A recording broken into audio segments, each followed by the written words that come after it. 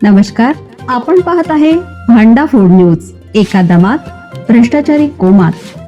Social media, कर्जबाजारी, गुन्हेगारी, सट्टेबाजी, चोरी, मटका, जुगार, दारू, सावकारशाही, न्यायाच्या प्रतीक्षेत प्रशासन.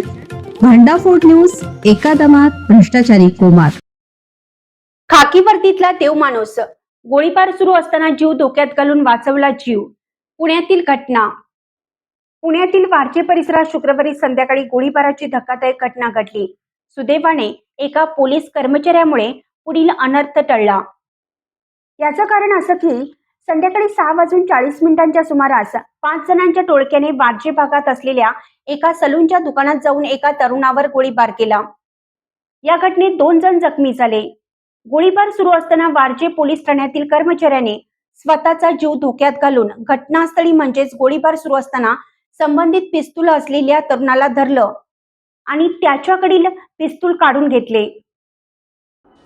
या घटनेत 2 जण जखमी झाले आहेत. गोळीबार सुरू असतानाच वारजे पोलीस ठाण्यातील कर्मचाऱ्यांनी स्वतःचा जीव धोक्यात घालून घटनास्थळी म्हणजेच गोळीबार सुरू असताना संबंधित पिस्तूल असलेल्या तरुणाला धरलं आणि त्याच्या ताब्यातील पिस्तूल काढून घेतलं.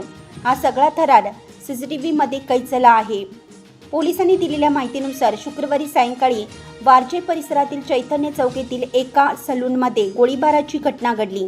या घटनेत निहाल शिंदे नावाचा तरुण हा केस कापत असताना त्याच्या डाव्या कानाला गोळी लागून जखमी झाला.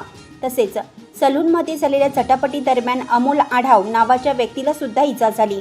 या घटनेत एकूण 5 आरोपींची ओळख पटली असून यातील साहिल राऊत याला वारजे पोलिसांनी घटनास्थळीच ताब्यात घेतलं. त्यामुळे पुढील अनर्थ टळला. वारजे पोलीस ठाण्यातील कर्मचारी त्या भागात पायी गस्त घालत असताना हा प्रकार घडला. 2 दुचाकीवरून आलेल्या 5 जणांनी एकाच सलूनमध्ये प्रवेश केला. यातील एकाने त्यांच्याकडील असलेल्या पिस्तुलातून शिंदेवर गोळीबार करायला सुरुवात केली.